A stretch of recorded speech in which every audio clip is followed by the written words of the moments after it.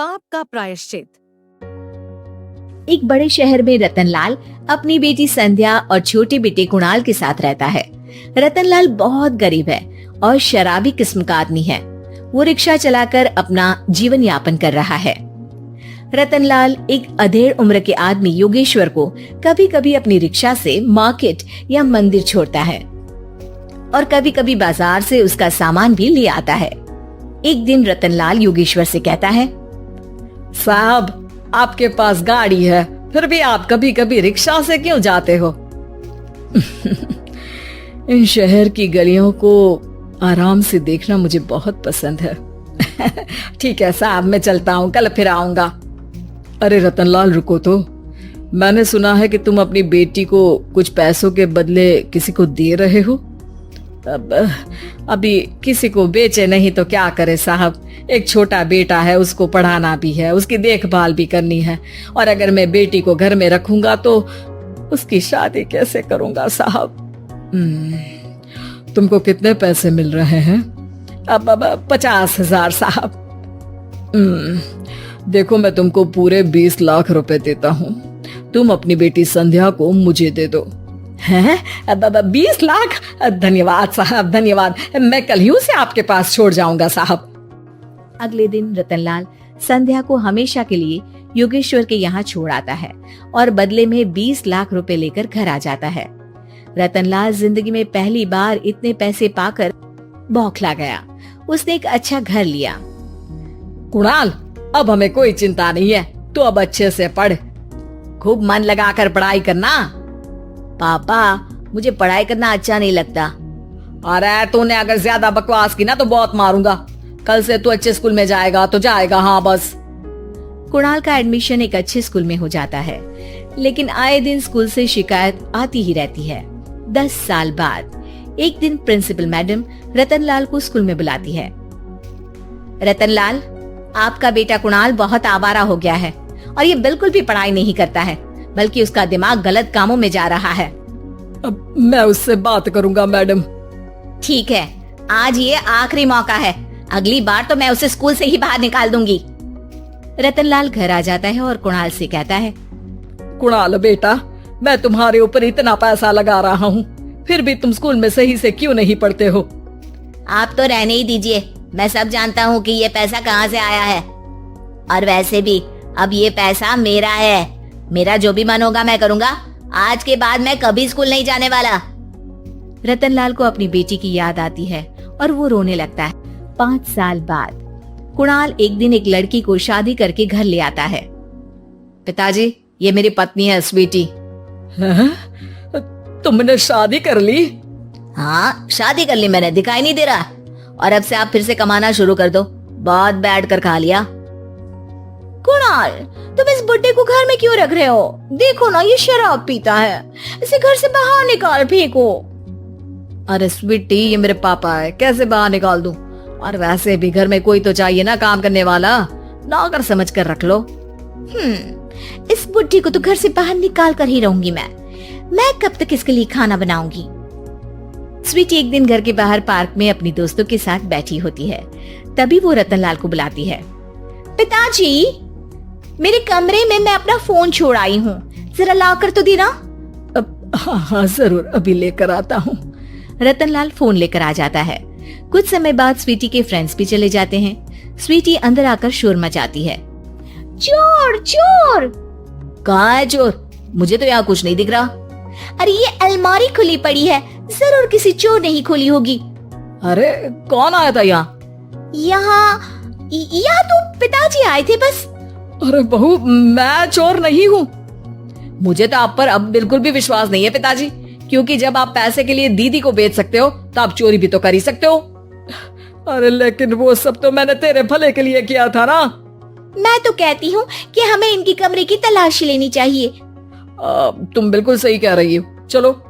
स्वीटी और कुणाल दोनों रतनलाल के कमरे की तलाशी लेते हैं और उन्हें वहाँ स्वीटी की ज्वेलरी और पैसे मिल जाते हैं। मैं तो पहले ही जानता था कि चोर आप ही हो। निकल जाओ मेरे घर से और दोबारा अपनी शक्ल मत दिखाना। रतनलाल आंखों में आंसू लिए घर से निकल जाता है। स्वीटी मन ही मन सोचती है, आज तो मेरी प्लानिंग सफल हो गई।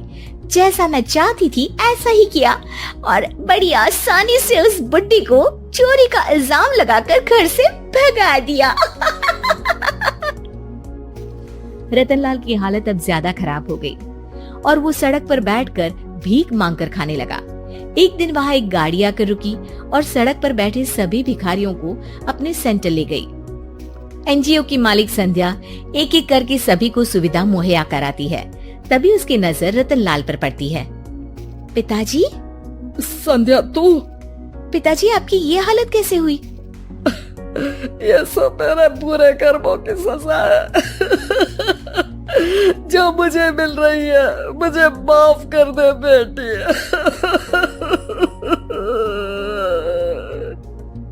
पिताजी, मैं आप पर बिल्कुल भी गुस्सा नहीं हूँ, क्योंकि आपने मुझे यहाँ भेजकर अच्छा ही किया। मेरी जिंदगी बदल गई। लेकिन ये सब हुआ कैसे बेटा? आप ये नए कपड़े पहनो, तब तक मैं योगेश्वर अंकल को बुला कर लाती हूँ। योगेश्वर अंकल? हाँ अंकल। योगेश्वर जी ने तुझसे शादी नहीं की थी? नहीं तो पापा, उन्होंने तो मुझे पढ़ा लिखा कर इस काबिल बनाया है कि मैं आज सबकी सेवा कर पा रही हूँ। रतनलाल पश्चाताप करके रोता रहता है। तभी योगेश्वर भी वहाँ आ जाता है।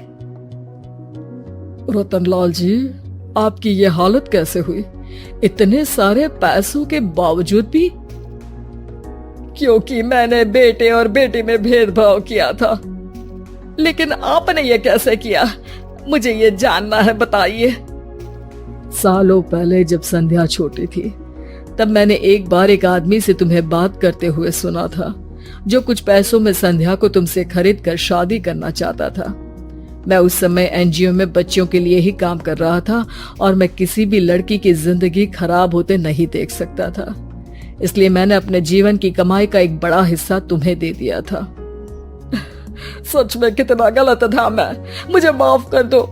अब आप दोनों मेरे साथ घर चलो और आज मैं अपना सच्चा प्रायश्चित करना चाहता हूँ। योगेश्वर और संध्या रतनलाल के साथ घर जाते हैं। स्वीटी दरवाजा खोलती है। चोर भिखारी, तू फिर से आ गया? चल भाग यहाँ से बुड्ढे। ये घर तुम्हारे बाप का नहीं, मेरा है। बाहर निकलो यहाँ से। रतनलाल कुणाल और संध्या को घर से बाहर निकाल देता है। योगेश्वर जी, अब ये घर आपका है और अब आप यहाँ एक और एनजीओ खोल सकते हैं। शायद अब ये सच्चा प्रायश्चित है। संध्या अपने पिता के गले लग जाती है। रोहित की दीदी समीक्षा की शादी अर्पित से हुई थी।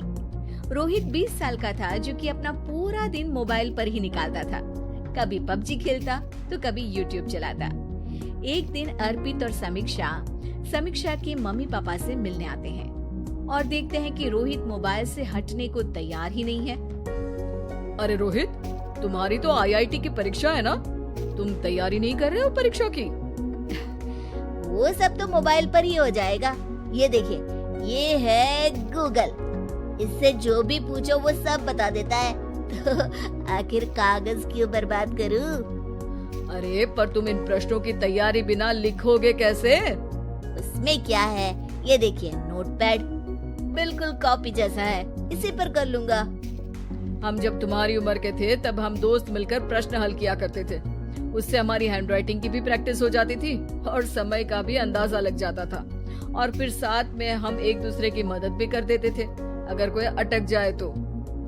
आपका जमाना अलग था जीजा जी। अभी जमाना फास्ट और स्मार्ट हो गया है। जमाना क्या, अब तो फोन भी स्मार्ट हो गया है। समय के साथ बदलना पड़ता है जीजा जी। अब बस भी कीजिए, आप हर चीज को लेक्चर में बदल देते हैं। रोहित अच्छा कर लेता है परीक्षा में। इतने में अर्पित के सास ससुर जी आ जाते हैं हॉल में और अर्पित इस बारे में बात नहीं करता। हालांकि अर्पित को लगता तो है कि पूरी तरह मोबाइल पर लगे रहना सही नहीं है, पर वो इस बात को और नहीं छेड़ता। ऐसे ही 2 दिन निकल जाते हैं। समीक्षा, मुझे काम से फोन आया था, मुझे वापस काम पर लौटना पड़ेगा। पर हमें आए हुए तो 2 ही दिन हुए हैं। अभी चले गए तो माँ और पापा को अच्छा नहीं लगेगा ना। अच्छा ठीक है, तुम रुक जाओ, मैं काम खत्म करके फिर लौट आऊंगा। एक काम कीजिए ना, परसों रोहित भी परीक्षा के लिए निकलेगा, आप उसी के साथ निकल जाना। दोनों वैसे भी बात नहीं करते, साथ में जाएंगे तो हो सकता है आप लोग आपस में बातचीत भी करने लग जाओ। ठीक है, मैं काम को 2 दिन टाल सकता हूँ। उसी रात जब सब खाना खाने बैठे थे तो अर्पित अपने जाने की खबर बाकी लोगों को बताता है। मुझे काम के लिए वापस जाना होगा। अरे बेटा, पर अभी तो तुम आए हो, इतनी जल्दी चले जाओगे? नहीं माँ जी, समीक्षा यहीं रहेगी और मैं जल्दी काम खत्म करके वापस आ जाऊंगा। अब ठीक है, काम भी जरूरी है। वैसे कब निकलोगे बेटा? 2 दिन में। मैंने सुना है कि उस दिन रोहित को भी परीक्षा के लिए जाना है, तो कल मैं दोनों की टिकट करा लेता हूँ बुक। मेरी टिकट रहने दीजिए जीजा जी, मैं तो फोन से ही करवा लूंगा। हाँ, पर कोई दिक्कत हो गई तो? अरे कोई दिक्कत नहीं होती जीजा जी, फोन सब कर सकता है। हमारे फोन के रिचार्ज से लेकर टीवी का रिचार्ज सब रोहित यही फोन से बैठे बैठे कर देता है। अब ये नई चीज तो हमारे समझ के परे है, पर अच्छा है कि रोहित जानता है। हमारी मेहनत इतनी कम हो गई भाई। हाँ, पर अगर टिकट नहीं मिली तो? अर्पित की बात पूरी होने से पहले ही बिजली चली जाती है। अरे ये क्या हो गया? आपने बिजली का बिल भर तो दिया था ना? अरे नहीं, मैं तो भूल गया था। अरे टेंशन मत लो माँ। देखा जीजा जी, आप बिजली का बिल भी भर सकते हो, समय बदल गया है। एक बार फिर अर्पित इस बात पर बहस नहीं करता। अगले दिन जाकर अपनी टिकट करवाता है और पैकिंग कर रहा होता है जब शाम को अचानक से रोहित के चिल्लाने की आवाज आती है। नहीं, प्लीज प्लीज हो जा, ऐसा मत कर यार, प्लीज हो जा। अरे क्या हो गया रोहित? दीदी, सर्वर हैंग हो गया, मेरी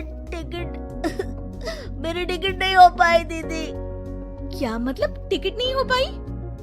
इतने में वहाँ रोहित की मम्मी और पापा भी आ जाते हैं। अरे क्या हो गया? माँ, मेरा टिकट नहीं हो पाया, सर्वर डाउन हो गया। अरे पर तूने तो बोला था कि हो जाएगा। हो जाता है, पर अब क्या करूँ, ये क्या हो गया? अब कल की तो कोई बस भी नहीं है, ना ही अब टिकट मिलेगी ट्रेन की कल के लिए। मुझे तो कोई रास्ता नहीं दिख रहा।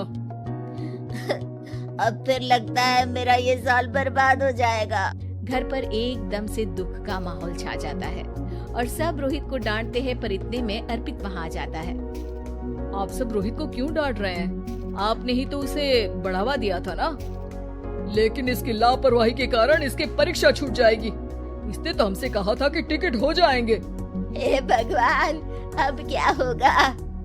चिंता करने की कोई बात नहीं है, मैंने एक एक्स्ट्रा टिकट करवा ली थी। मैं समझता हूँ कि मोबाइल हमारा ही काम आसान करने के लिए है, पर उस पर ही पूरी तरह से निर्भर होना तो गलत बात है ना। रोहित टिकट को देखकर बहुत खुश हो जाता है और जोर से जाकर अपने जीजा जी के गले लग जाता है। सॉरी जीजा जी, मुझे आपकी बात ध्यान से सुननी चाहिए थी, पर थैंक यू सो मच। हाँ बेटा, तुमने तो इसका भविष्य बचा लिया। शिक्षा, दूसरों से मदद मांगना गलत नहीं, पर दूसरों पर निर्भर हो जाना गलत है। हद हो गई, ठान कर बैठे हो क्या कि जिंदगी में सुधरना ही नहीं है? अरे बेबी, मैंने क्या किया? मैं तो बस उसकी मदद कर रहा था। उसने स्माइल किया, उसे बोलो ना। यार पत्नी हो मेरी, इतना भरोसा तो करो अपने पति पर। I love you baby. पति पर भरोसा है, लेकिन उसके अंदर के मजनू पर नहीं है। अब इतने क्यूट पति को तुम्हें संभाल कर तो रखना ही पड़ेगा ना। मेरा क्या कसूर बेबी? ओह बस हाँ, ये क्यूट वाला नाटक ना मुझ पर नहीं चलेगा। और जो भी क्यूटनेस है, प्यार है, वो सिर्फ मेरे लिए है। ये छिछोरपंती छोड़ दो। शीनू और चीनू की शादी को 1 साल हो गया।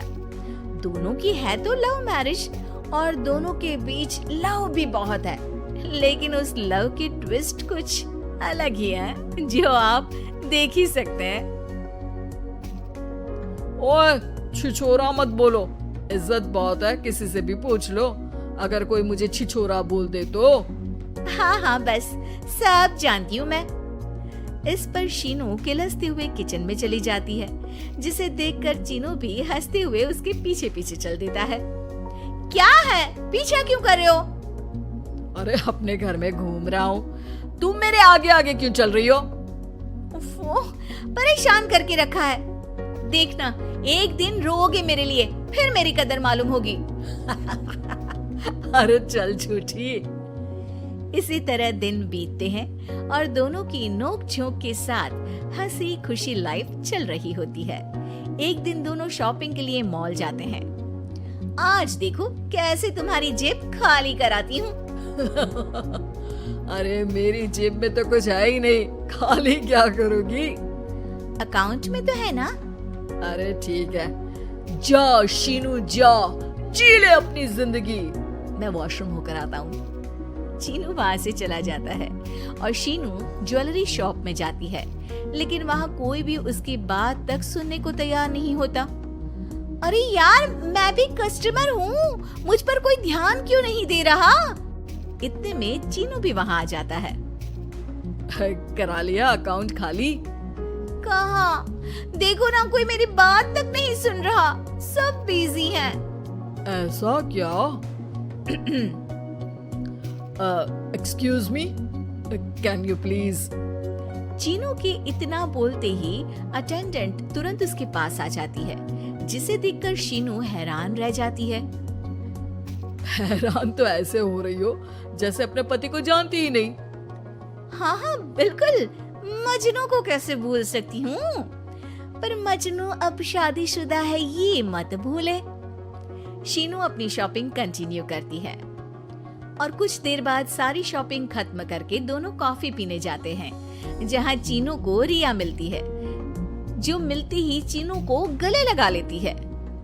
ओह हाय चीनू, कितने टाइम बाद देखे, आज भी बिल्कुल वैसे ही क्यूट हो, जिसे देखते ही दिल फिसल जाए। इस पर चीनू शीनू को देखकर तुरंत रिया को दूर करते हुए कहता है, अरे रिया, मीट माय वाइफ शीनू, और शीनू ये रिया है, कॉलेज फ्रेंड। अच्छा शादी कर ली? ओके मैं चलती हूँ, बाय। कॉलेज के मजनू, सब जानती हूँ कौन सी फ्रेंड है।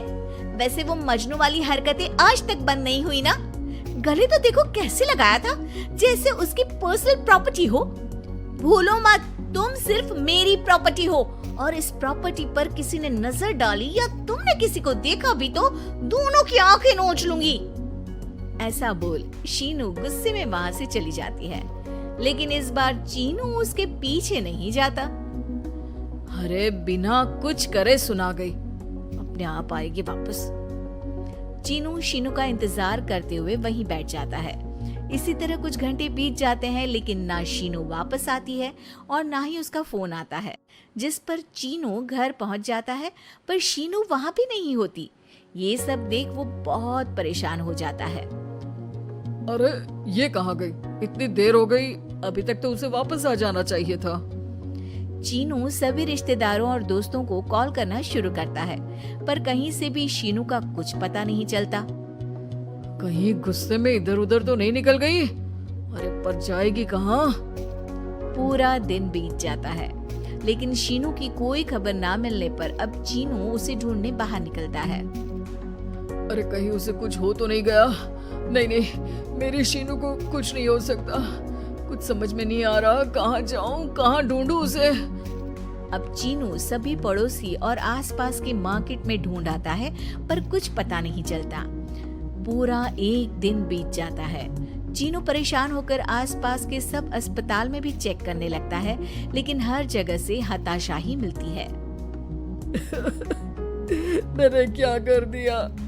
वो मुझे अच्छे से जानने के बाद भी मुझसे कितना प्यार करती है, और मैंने इस मजाक मस्ती में अपने प्यार को खो दिया। गुस्से में न जाने क्या कर बैठी होगी। अब उसे कैसे बोलूं कि मैं उससे कितना प्यार करता हूँ। लगता है मुझे पुलिस कंप्लेंट करनी चाहिए। चीनू के ऐसा बोलते ही उसके पीछे से आवाज आती है, कहा था ना एक दिन मेरे लिए रोओगे। तो मजनू जी, पता चल गई ना पत्नी की कदर। शीनू को देखते ही चीनू तुरंत उसे गले लगा लेता है। कहाँ थी तुम? पता भी है मेरा हाल क्या हो गया? अगर मुझे टेंशन में कुछ हो जाता तो? वैसे तुम थी कहाँ?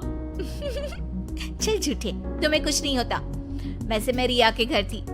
आखिर तुम्हें सबक जो सिखाना था, इसीलिए उसे अपने प्लान में शामिल किया।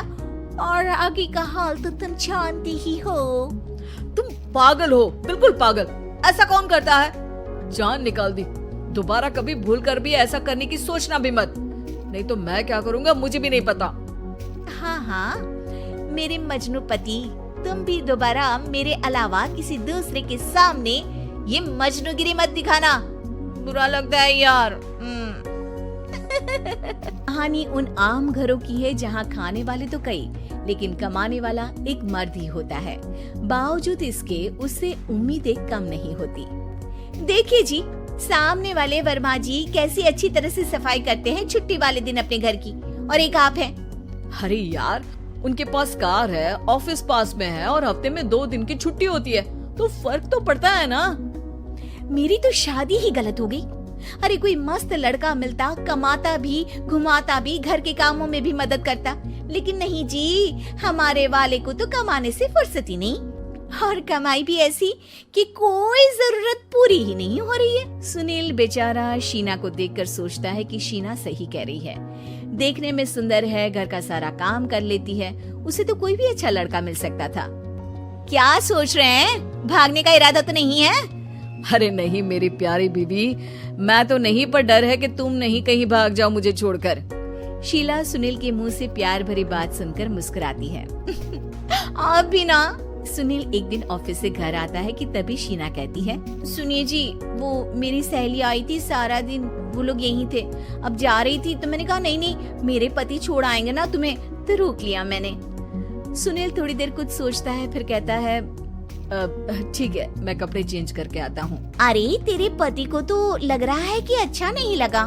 अरे नहीं नहीं, ऐसी कोई बात नहीं है, रुको मैं अभी उन्हें घर के कपड़े देकर आती हूँ। शीना अंदर जाती है जहाँ सुनील पलंग पर लेटा होता है। अरे क्या मजाक है, वो कह रही है कि आपने मुंह बना लिया। सही तो कह रही है, सुबह से अब ऑफिस से लौटा हूँ, एक कप चाय का तो पूछा नहीं।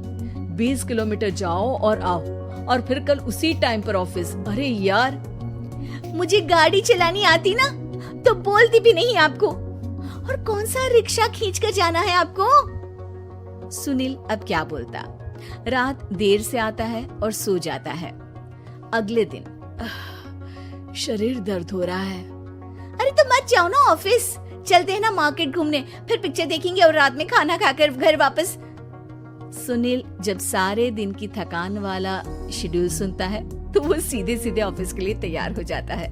अब आए दिन शीना की डिमांड बढ़ती ही चली जाती है और सुनील उसको पूरा भी करता। लेकिन एक दिन, ए जी मेरा भाई आ रहा है, उसे 2 लाख रुपए की जरूरत है। हाँ तो मैं क्या करूँ शीना, मेरे पास इतने रुपए नहीं है। हाँ हाँ पता है नहीं है, लेकिन किसी से लेकर तो दे सकते हो ना। अरे मैं किससे मांगू, मेरे तो जानने में भी कोई नहीं है जिसके पास इतनी बड़ी रकम हो। तभी वहाँ शीना का भाई शीनू आ जाता है। जीजा जी कैसे हैं आप? अब मैं ठीक हूँ शीनू, अचानक इतनी बड़ी रकम की जरूरत कैसे पड़ गई? अरे जीजा जी, वो बिजनेस शुरू किया ना, तो उसके लिए पैसे की जरूरत है।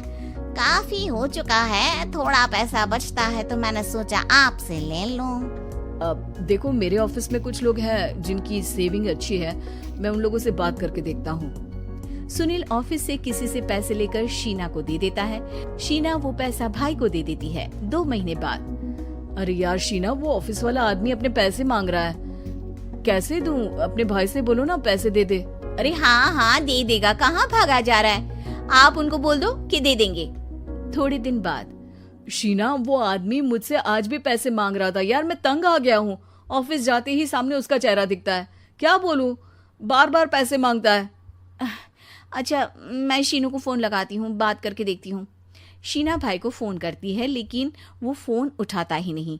लगता है भाई कहीं ऐसी जगह है जहाँ नेटवर्क की समस्या होगी।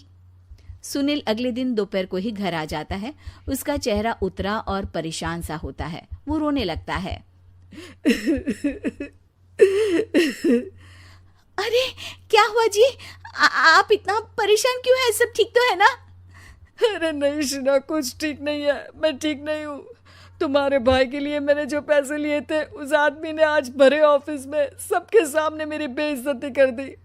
सबके सामने आज मैं कर्जदार बनकर खड़ा था। मैंने हर वो प्रयास किया घर चलाने के लिए जो मैं कर सकता था, लेकिन अब नहीं होगा। वो फिर रोने लगता है। अरे आप तो औरतों की तरह रो रहे हैं, मर्द हैं आप। क्यों? आदमी के सीने में दिल नहीं होता, या फिर वो इंसान नहीं मशीन होता है? अरे मैं थक चुका हूँ शीना, तुम समझती क्यों नहीं? मैं भी शारीरिक और मानसिक रूप से थकता हूँ। मैं भी आराम करना चाहता हूँ, सुकून चाहता हूँ। मैं अब कुछ नहीं कर सकता। कुछ नहीं। वो बैठ जाता है। शीना पति को हैरान परेशान देखकर चुप हो जाती है। अगले दिन, सुनिए, ये लीजिए 2 लाख रुपए, उस आदमी को दे दीजिए और बोल दीजिए कि आज के बाद किसी को पैसे के लिए बेइज्जत ना करे। सुनील पैसे देखकर राहत की सांस लेता है। अरे शीना, तुमने तो मेरा बहुत बड़ा काम कर दिया। अब मैं शान से ऑफिस जा सकता हूँ। लेकिन ये पैसे आए कहाँ से? ये पैसे मैंने अपने गहनों को गिरवी रख कर लिया है। तुम ठीक रहो, निश्चिंत रहो, मैं बस यही चाहती हूँ। मुझे माफ़ करना, पर अब मैं समझ चुकी हूँ कि मर्द को भी दर्द होता है।